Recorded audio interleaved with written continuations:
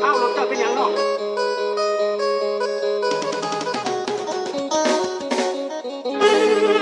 ลานางเอ้ยสมมติว่าคันจะเป็นเมียอ้ายสมมติว่าในโลกนี้นะมีแต่ผู้ชายแต่อ้ายผู้เดียวเจ้าก็สิหักอ้ายบ่ต่อให้มีหลายคนน้องก็เลือกอ้ายเพราะว่าอ้ายเป็นคนใจดีมักช่วยเหลือคนก่อนสิออกจากบ้านไปหาสู่ต่องานยามเมื่อแลงบัดกลับมาฮอดบ้านเนาะหอมสองเทื่อเด้อกะว่าเศร้าก็สองแลงก็สองเจ้ารับไว้บ่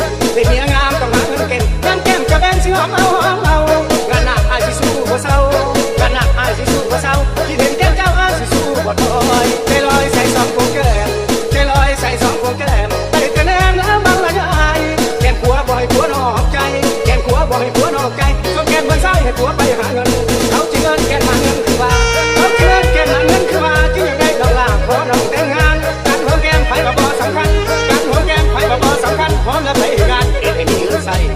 เอ็ดให้มีน้องเงินใส่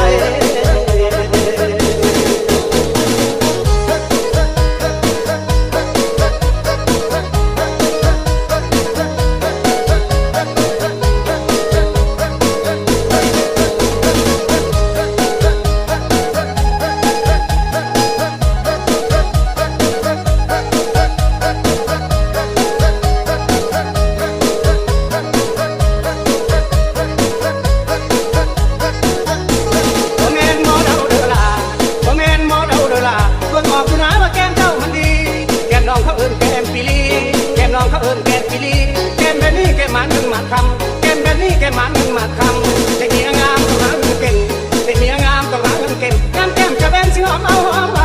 งานหนักอายสิสู้บ่เศร้างานหนักอายสิสู้บ่เศร้าคิดเห็นแก้มเจ้าอายสิสู้บ่ถอยใจลอยใส่สองพวงแก้มใจลอยใส่สองพวงแก้มได้แต่แนมแล้วบังละอายแก้มผัวบ่ให้ผัวนอกใจแก้มผัวบ่ให้ผัวนอกใจส่วนแก้มมือซ้ายให้ผัวไปหาเงิน